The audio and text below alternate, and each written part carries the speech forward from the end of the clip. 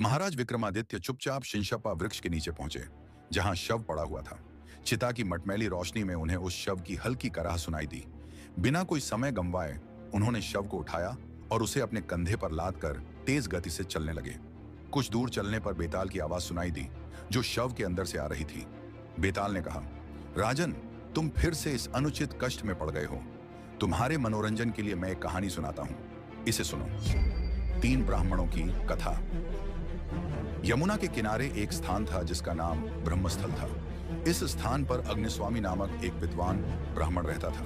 अग्निस्वामी की एक कन्या थी जिसका नाम मंद्रावती था। मंद्रावती न केवल अत्यंत सुंदर थी, बल्कि अपनी बुद्धिमत्ता के लिए भी प्रसिद्ध थी। जब वह विवाह योग्य आयु की हो गई तो 3 कान्यकुब्ज ब्राह्मण युवक, जो समस्त गुणों से संपन्न थे, मंद्रावती से विवाह करने की इच्छा लेकर उसके पिता के पास आए। लेकिन मंद्रावती के पिता अग्निस्वामी को चिंता थी कि यदि वह अपनी बेटी का विवाह किसी एक युवक से कर देता तो अन्य 2 ब्राह्मणों के बीच शत्रुता उत्पन्न हो जाती। इस भय के कारण अग्निस्वामी ने मंद्रावती का विवाह किसी से भी नहीं किया और वह अविवाहित ही रही। तीनों ब्राह्मणों ने मंद्रावती से प्रेम किया और उसे पाने की आस में चकोर की तरह उसके मुख की ओर निरंतर देखते रहते। तीनों ने उसी स्थान पर अपना निवास बना लिया और दिन रात मंद्रावती के मुख पर टकटकी लगाए बैठे रहते। एक दिन अचानक मंद्रावती को तेज बुखार हो गया। उसकी स्थिति बिगड़ती गई और शीघ्र ही उसकी मृत्यु हो गई। उसकी मौत से तीनों ब्राह्मण युवक शोक में डूब गए। उन्होंने मंद्रावती का शव सजा संवार कर उसे श्मशान ले जाकर उसका दाह संस्कार किया।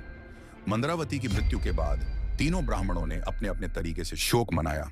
एक ब्राह्मण ने श्मशान में ही एक छोटी कुटिया बना ली और मंद्रावती की चिता की भस्म को अपने सिरहाने रखकर वहीं रहने लगा। उसने भिक्षा मांगकर प्राप्त अन्न से अपना जीवन निर्वाह करना शुरू कर दिया। दूसरा ब्राह्मण मंद्रावती की अस्थियों की भस्म लेकर गंगा तट पर चला गया और वहां तपस्या करने लगा। तीसरा ब्राह्मण योगी बनकर देश देशांतर में भ्रमण करने के लिए निकल पड़ा। यह तीसरा ब्राह्मण, जो अब एक योगी बन चुका था, एक दिन घूमता फिरता वत्रोलक नामक गांव में पहुंचा। गांव में उसने एक ब्राह्मण के घर पर शरण ली। उसे सम्मानपूर्वक भोजन परोसा गया। जैसे ही वह भोजन करने बैठा, उस घर का एक छोटा बालक जोर जोर से रोने लगा। मां ने उसे चुप कराने की कोशिश की, परंतु बालक किसी तरह से चुप नहीं हुआ। क्रोधित होकर उसकी मां ने बालक को उठाकर जलती हुई अग्नि में फेंक दिया। योगी यह दृश्य देखकर हैरान रह गया। उसने देखा कि बालक जलकर राख हो गया। उसे यह देखकर घोर आश्चर्य हुआ और वह क्रोधित होकर बोला, तुम लोग ब्राह्मण नहीं, राक्षस हो। मैं तुम्हारे घर का एक दाना भी नहीं खाऊंगा।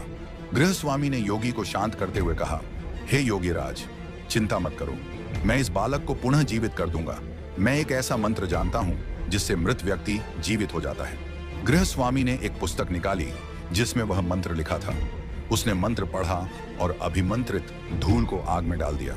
धूल के आग में पड़ते ही बालक जीवित होकर अग्नि से बाहर निकल आया। योगी यह देख आश्चर्यचकित रह गया। गृहस्वामी ने फिर से वह पुस्तक खूंटी पर टांग दी और योगी को भोजन ग्रहण करने के लिए आमंत्रित किया। योगी ने भोजन किया, परंतु उसके मन में एक विचार उत्पन्न हुआ। अगर यह मंत्र मंद्रावती को जीवित करने के लिए इस्तेमाल किया जाए तो वह फिर से जीवित हो सकती है। रात के समय जब सब सो गए तो योगी चुपचाप उठा और पुस्तक को खूंटी से उतार लिया। उसने चुपचाप वहां से निकलने का निश्चय किया और सीधा उस श्मशान की ओर चल पड़ा जहां मंद्रावती का दाह संस्कार हुआ था। योगी श्मशान पहुंचा और वहां उसने देखा कि वह ब्राह्मण, जो मंद्रावती की अस्थियों की भस्म लेकर गंगा में प्रवाहित करने गया था, भी वहां पहुंच चुका था। वह ब्राह्मण शोकमग्न था, परंतु योगी ने उसे और उस पहले ब्राह्मण को, जिसने श्मशान में ही कुटिया बना ली थी, यह बताया कि वह मंद्रावती को पुनः जीवित कर सकता है। योगी ने मंत्र पढ़ा, अभिमंत्रित धूल को चिता की भस्म में डाला और कुछ ही क्षणों में मंद्रावती जीवित होकर भस्म से बाहर निकल आई। मंद्रावती का शरीर अब और भी तेजस्वी हो चुका था। उसका रूप पहले से भी अधिक सुंदर हो गया था। तीनों ब्राह्मण उसे देखकर उसके प्रेम में पीड़ित हो गए और उसे पाने के लिए आपस में विवाद करने लगे। तीनों ने दावा किया कि मंद्रावती पर उनका अधिकार है। योगी, जिसने मंत्र के माध्यम से उसे जीवित किया था, बोला कि मंद्रावती उसकी है क्योंकि उसने उसे मंत्र शक्ति से पुनर्जीवित किया है। दूसरा ब्राह्मण, जिसने मंद्रावती की अस्थियों को गंगा में प्रवाहित किया था, कहने लगा कि तीर्थों के प्रभाव से मंद्रावती उसकी पत्नी है। तीसरा ब्राह्मण, जिसने चिता की भस्म को अपने सिरहाने रखकर तपस्या की थी, बोला कि मंद्रावती पर उसका अधिकार है। तीनों के बीच यह विवाद बढ़ता चला गया और वे निर्णय नहीं कर पा रहे थे कि मंद्रावती किसकी होनी चाहिए। बेताल ने विक्रमादित्य से पूछा, राजन, अब तुम इस विवाद का समाधान करो और बताओ कि मंद्रावती किसकी होनी चाहिए। यदि तुम उत्तर जानते हुए भी नहीं बताओगे तो तुम्हारा सिर फट जाएगा। राजा विक्रमादित्य ने गंभीरता से सोचा और उत्तर दिया, जिस ब्राह्मण ने मंद्रावती को मंत्र द्वारा पुनः जीवित किया वह उसका पिता समान है, क्योंकि उसने केवल जीवन देने का कार्य किया है। दूसरा ब्राह्मण जिसने मंद्रावती की अस्थियों को गंगा में प्रवाहित किया उसे मंद्रावती का पुत्र समझना चाहिए, क्योंकि उसका कर्तव्य था कि वह उसकी अस्थियों को तीर्थों में प्रवाहित करे। लेकिन तीसरा ब्राह्मण जिसने मंद्रावती की भस्म के पास रहकर तपस्या की और पति की तरह उसका साथ दिया, वही उसका वास्तविक पति है। यह सुनकर बेताल ने कहा, राजन, तुमने सही उत्तर दिया, लेकिन तुमने मौन भंग कर दिया, इसलिए मैं फिर से चला। यह कहकर बेताल विक्रमादित्य के कंधे से उतरकर अदृश्य हो गया। विक्रमादित्य ने एक गहरी सांस ली, लेकिन उन्होंने हार नहीं मानी।